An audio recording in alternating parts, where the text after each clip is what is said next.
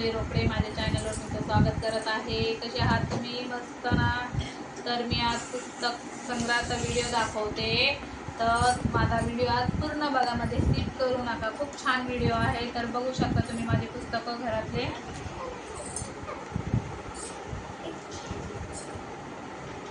तर हे बघा, आपल्याकडे डॉक्टर बाबासाहेब आंबेडकरांचे पण पुस्तकं आहेत। हे त्यांच्या आत्मचरित्रावर धनंजय कीर यांनी लिहिलेलं पुस्तक, खूप छान पुस्तक आहे। हे पण गाजलेलं आहे। आणि हे बघा, गांधी हत्या आणि मी, गोपाळ गोडसे यांनी लिहिलेलं पुस्तक आहे। हे पण शक्यतो लवकर भेटत नाही। हे बघा, हे त्यांनी लिहिलेलं पुस्तक आहे, कोटींचे बळी। कोटींचे बळी हे बघा,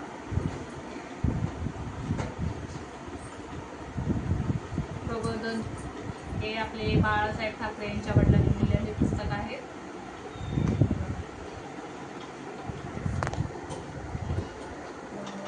हे पण बघा, छान पुस्तक आहे ते पण।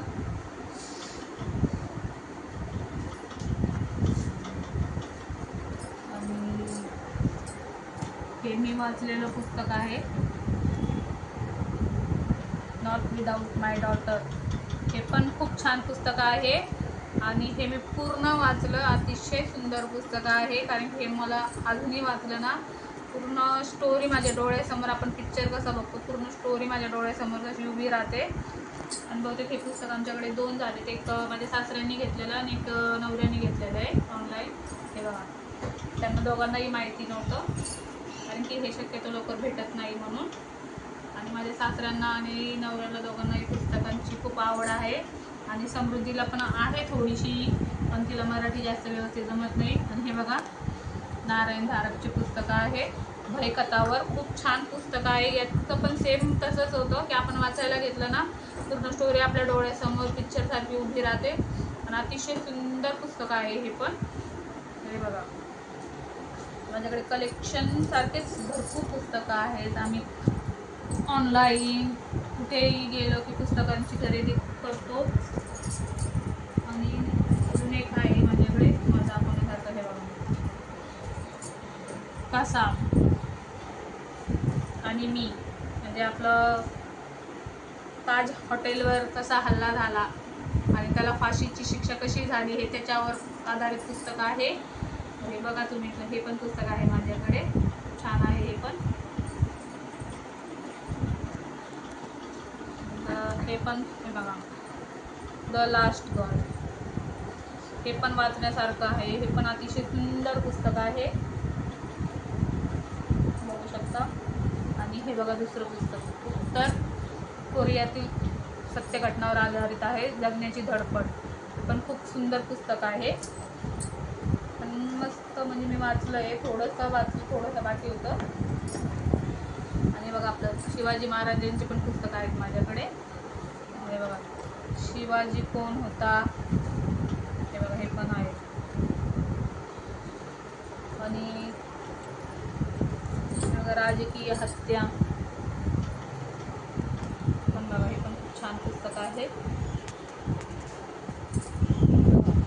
मूर्तिचोर,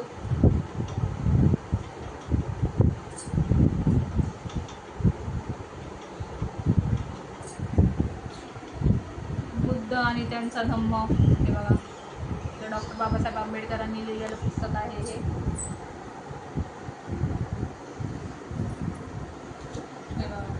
इंग्लिश पुस्तकं सगळे सासऱ्याने नवऱ्यानेच वाचलं आहे।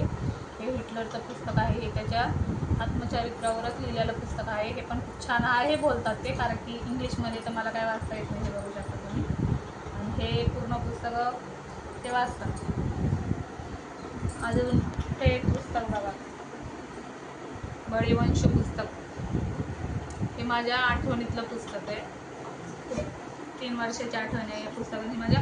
मी 2 पुस्तकं घेतलेले, पण एक आता त्या साईडला ठेवलं आहे, म्हणून ते एवढा हात पोचत नाही, म्हणून पण हे दाखवते मी चैत्यभूमीला गेले होते 6 डिसेंबरला, तेव्हा हे 2 पुस्तकं खरेदी केले होते।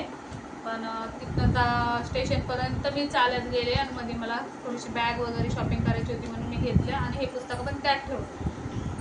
दादर स्टेशनला खूप गर्दी होती, म्हणून आम्ही CSTला गेलो, कारण की मुलं पण होते सोबत। आणि CSTला गेल्यामुळे आम्ही कल्याण ट्रेनमध्ये होतो, पण ती स्लो होती म्हणून आम्हाला फास्टमध्ये जायचं होतं, म्हणून आम्ही तिथनं उतरलो अंबरनाथमध्ये चढलो. आणि अंबरनाथमध्ये आम्हाला आठवलं की बॅग आम्ही ट्रेनमध्ये वरच्या साईडला ठेवलेली होती. तर ते आठवल्याच्या नंतर आम्ही अरे बॅग होतं, तर एक माणूस बोलला की तुम्ही उतरा आणि तिथं रेल्वे पोलिसांकडे कंप्लेंट करा. तर तिथे गेलो आणि कंप्लेंट केली. तर त्यांनी आमचा ॲड्रेस, मोबाईल नंबर वगैरे सगळं घेतला, पण त्यांनी एक सुचवलं आम्हाला की तुमचं कल्याणमध्ये कोणी राहत असेल त्यांना कॉल करा आणि त्यांना सांगा की तुमची बॅग तुम्ही विसरलात. मग आम्ही, माझा मामे भाऊ राहतो म्हणून आम्ही त्याला कॉल केला आणि त्याला सांगितलं अरे मी माझी बॅग ट्रेनमध्ये ना वरती ठेवलेली होती तर विसरले, तू जाऊ शकतोस का? तर तो मला बोलला तुझं बॅगमध्ये काय आहे, महत्त्वाचं आहे का? तर मी हां बोलले त्याला, पण मी त्याला हे सांगितलं की नाही त्यामध्ये पुस्तकं की नाही हे नव्हतं सांगितलं, फक्त बोलले हां माझे महत्त्वाच्या वस्तू आहेत. तर त्याचा मित्र तो गेला आणि त्याला सांगितलं की ह्या वेळेसची ट्रेन सुटली आमच्या हातातून आणि त्याच्यात बॅग होती. तर त्याने 2-3 ट्रेनमध्ये शोधाशोध केली आणि त्याला ती बॅग भेटली. मग 10:30ला मी कल्याण स्टेशनला पोचले त्याला, मग ती बॅग त्याने मला दिली आणि तेव्हा जरासं मला बरं वाटलं. आणि घरी आल्यावर समृद्धीने मला सांगितलं बाबा तुमचे पुस्तकं मम्मीने हरवले होते बॅगेत, पण ते सापडले. तर मला पण बरं वाटलं आणि त्यांना पण बरं वाटलं. तर हे पुस्तक माझ्या आठवणीत राहिलं. तर तुम्ही बघा माझी पुस्तकं, म्हणजे आमचे सगळे घरातले वाचतातच, कारण की वाचण्याची खूप आवड आहे आणि जास्ती आवड माझ्या सासऱ्यांना होती आणि नवऱ्याला पण आहे. समृद्धीला थोडीशी आहे आणि समृद्धीपेक्षा अजून थोडी मला आहे आणि तनिषला तर अजून काही वाचता वगैरे येत नाही.